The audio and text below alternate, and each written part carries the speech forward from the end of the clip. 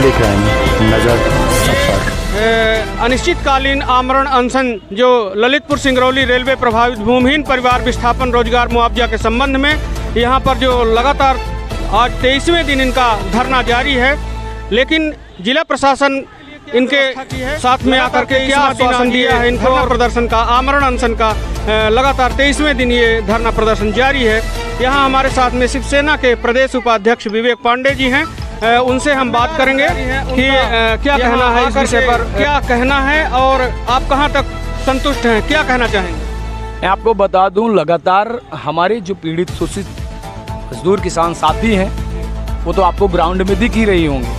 ऐसा किसी भी दिन 23 दिनों में नहीं रहा जहां जन समर्थन का कोई कहीं कसर कमी रही हो। आप इस पंडाल में लगातार आप देखे होंगे कि यहाँ पंडाल भरा ही रहता है और वो सब बड़ी आशा से बैठे रहते हैं। यहाँ कोई राजनीतिक मंच सजाने नहीं आते हैं, वो अपने मांगों को लेकर हैं, उनके घर उजड़ रहे हैं। 23 दिन हो गए हैं लगातार। इस 23 दिनों के बीच में हमने 2 बार जिला पंचायत में जन सुनवाई उपरांत घेराव किया।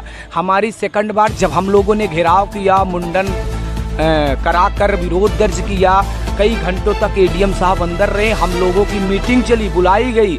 हमारे कुछ गिने चुने किसान साथी गए जब अंदर, मजदूर साथी जो भूमिहीन परिवार हैं, उनसे जब चर्चा हुई, उन्होंने मुझे आश्वस्त किया कि 7 दिवस के अंदर आपकी मांगें पूर्ण की जाएंगी, आप सभी पीड़ित परिवारों को भूमि दी जाएगी, रोजगार के विषय में 2019 के पहले बैच वाले युवाओं को रोजगार दिया जाएगा।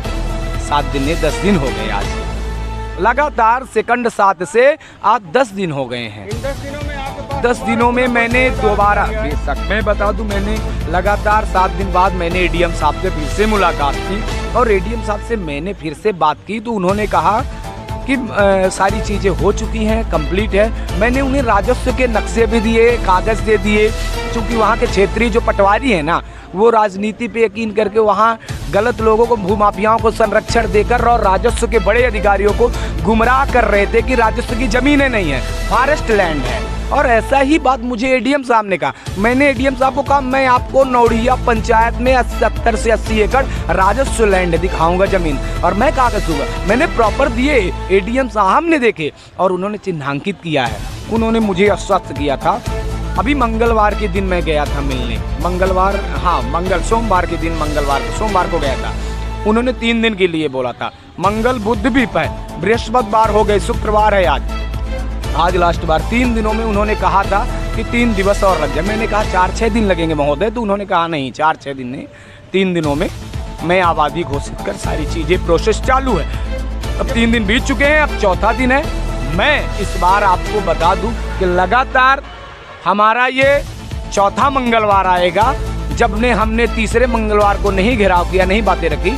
अगर इस मंगलवार के पहले मांगे पूर्ण हो जाती है तो हम आपका भी शांति परिचय देते हुए आपका भी स्वागत करेंगे, सम्मान करेंगे और साथ में हमारे पीड़ित परिवार आभार व्यक्त करेंगे माननीय एडीएम साहब, प्रशासन का, जिम्मेदार जनप्रतिनिधियों का। लेकिन अगर आपने नहीं किया तो हम अपने उग्र आंदोलन के लिए पुनः बाध्य होंगे और पुनः वही जिला पंचायत में ताला मारेंगे।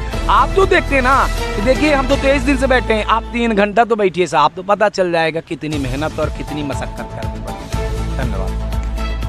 तो कहाँ दिक्कत जा रही है ये समझ में नहीं आ रहा है कि आज तक जो है तो प्रशासनिक जिम्मेदार अधिकारियों द्वारा आश्वस्त किया गया कि हम 3 दिन में ज़मीनें चिन्हांकित करा के और चिन्हांकित करके इन गरीब परिवारों को जो है तो इनको ज़मीन आवंटित कर देंगे। लेकिन कहाँ दिक्कत जा रही है अब ये तो देखने वाली बात है। और यहाँ आप लगातार देख रहे हैं 23 दिन से इन लोगों का आमरण अनशन जारी है। बेचारे ये भूखे प्यासे गरीब और महिलाएँ अपने अपने छोटे छोटे बच्चों को लेकर के चल रही तस्वीरों में आप देख सकते हैं। यहाँ छोटे छोटे बच्चों को लेकर के महिलाएँ जो है तो यहाँ पर लगातार 23 दिन से आमरण अनशन पर हैं। कम से कम जनता की इस जो है तो परेशानी को और इस मुश्किल की घड़ी में प्रशासनिक अधिकारी और जनप्रतिनिधियों को इस पर विशेष ध्यान देने की ज़रूरत है, क्योंकि ये भी सीधी संसदीय और सीधी विधानसभा क्षेत्र की ही जनता है। किसान बेरोजगारों का यह 23वां दिन लगातार बीथिका भवन में धरना प्रदर्शन जारी है।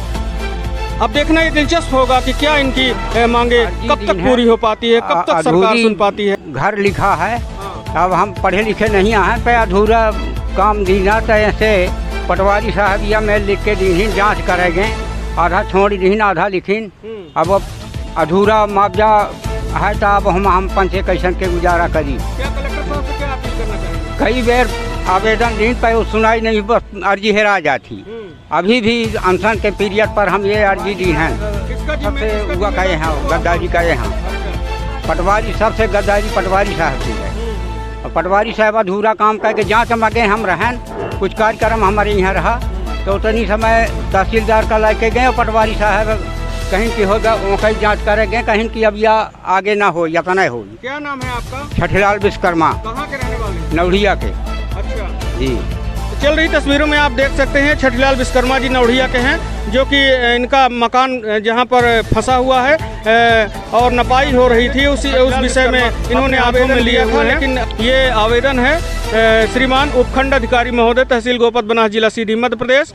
विषय है मौका जांच कराकर मकान का सही लंबाई चौड़ाई नपवाए जाने बाबत। इन तमाम सारी समस्याओं को लेकर के आवेदक छठीलाल विश्वकर्मा पिता बंसरूप विश्वकर्मा ग्राम नौढ़िया अपनी फरियाद को लेकर के उपखंड अधिकारी महोदय को ये आवेदन दिए हैं। और अब जो है तो ये ओसी कॉपी यहाँ पर देख सकते हैं, सारी चीज़ें आप चल रही तस्वीरों में। अब ये जो है तो इन्हें अपनी फरियाद लेकर के और जो है तो उपखंड अधिकारी महोदय को दिए थे, लेकिन अब इसमें क्या कार्रवाई होती है और क्या नहीं होती है अब ये देखने वाली बात है। क्या कहना चाहेंगे आप? जिला कलेक्टर से क्या विनती करना चाहेंगे? अब यही विनती करेंगे कि हमारा नफवा के और सही मुआवजा दिलाया जाए। हम कहाँ जाएंगे? अभी तक कोई ज़मीन का वो है, ज़मीन देने का बोल रहे थे, कई बार जी दिए और उसका कोई वो नहीं। अब इसीलिए तो हम लोग बैठे हैं सब कोई। तो अब जैसा करें, अब इसी आशा के विश्वास के साथ बैठे हैं। बच्चे को मुआवजा मिलने चाहिए, जगह मिलने। क्या नाम है आपका? हमारा मुन्नी बंसल नाम है, संजू बंसल अंजू बंसल, दो नौढ़िया के। कलेक्टेड समस्या इतना है सर कि हमारे लड़के बच्चों को मिल जाए मुआवजा, अब जगह मिले और घर रहने की मिले। कलेक्टर साहब से क्या अपील करना चाहेंगे? हम कलेक्टर साहब से इतना अपील करना चाहते हैं कि हमारा पैसा मेरे बच्चों को मिलने चाहिए। और पटवारी नाव के धोखे से चला गया, 2 जने का मुआवजा मिला है और बकाये को नहीं मिला है 2 जने के। हाँ, इतना चाहते हैं हमको, हमारे बच्चों को पैसा मिलने चाहिए, जगह जमीन मिलने चाहिए, उसको रहने के घर की चाहिए बस। आप क्या कहेंगे? अब हम कहेंगे सर, हमारे राहुल बंसल का लड़का आया है, आज तक वो अर्जी पूजी का नाम निशान का यार लौट के आज तक नहीं आया ना मुआवजा मिला। अब बच्चे कहाँ रहा, कहाँ जाए? तो न मुआवजा मिली और न आज तक लोग अर्जी लौट के आई, लाइन से अप्लाई करें, पता नहीं कौन कटा दिया तो आज तक लौट के नहीं आई। कलेक्टर साहब से आप क्या अपील करेंगे? अपील करेंगे साहब कि हम सर हमको जगह मिला, हमको मुआवजा मिला। सब करें, गरीब आदमी लड़का का आज तक नहीं मिला वाले भूअर का। और पटवारी जो है तो घोष मांगा था, तो साहब बताए कहाँ पाए घोष तो दी। कौन है पटवारी? भूपेंद्र सिंह। क्या कहते हैं? कहा था घोष देता फिर तुम्हारा मुआवजा बनाई हम तोरे में चला कोई तोरे हिस्सा में। तो बताइए साहब 1,10,000 रुपया पा रहे हैं, तो कहाँ हमारे बच्चा को हमारे में आएगा? अलग अलग सब लिखा पढ़ी सब भाई। हाँ, कलेक्टर साहब से क्या कहेंगे आप? हम अरे अब कहा बताइए साहब, अपील क्या करना चाहते हैं? कलेक्टर साहब से क्या? 20 बेरी अर्जी दे चुके हैं, 1000 से कागज का ऊँचे धरे हैं, कोई सुनवाई नहीं है। अब कल डाल रहे हैं 2 जगह अर्जी, तो कहा था कि पटवारी के दे दें, 1 जगह कहा था कि हम ऑफिस में डाल दें। अब बताइए अब कहाँ करें हम? साहब घर हमारे गिर गया, अब पन्नी में छाया, खंभा गाड़ा है, 4 रदा आगे 4 पीछे। क्या नाम है आपका? हमारा नाम फुलावा देवी। कहाँ के रहने वाले? यही नौढ़िया। सभी जो है तो यहाँ के ये पीड़ित परिवार और जो है तो ये भूमिहीन परिवार, ये सब नौढ़िया के देखे जा रहे हैं। इनकी अलग अलग समस्या, क्या कहना चाहेंगे? हम बंसल। हाँ, क्या कहना चाहेंगे? हमारा कहना चाहते हैं कि हमारी जमीन खरीदी है, 3 लाख रुपए धनराशि दिए है, 22 लाख। तो हमारा घर सब फंस गया, पटवारी के हमारा घर न लिखो, हमारा जमीन भाई खरीदी है तो हमको पूरा मुआवजा मिला चाहिए। और सर न्यायालय से हमारा कब्जा बना है, अब पैसा वो ले गया धनराशि से, हमारा घर फंसा है, सब पैसा हमको मुआवजा नहीं मिला है। आपको कितना मिला? 1 लाख केवल मिला है, 8 कमरा की। 8 कमरा मकान का 1 लाख? हाँ, और हमारी जमीन खरीदी है हम 3। आपके नाम थी? पट्टा आपके नाम था? न्यायालय से पूरा टीम बना हुआ, कागज बना है सर, हाँ पूरा बयान धनराज सिंह दिए हैं। और 2 बच्चन के मेरा नाम नहीं लिखा पटवारी साहब, हमारा लड़का का लिखा है, 2 बच्चे नहीं लिखा नाम उसमें।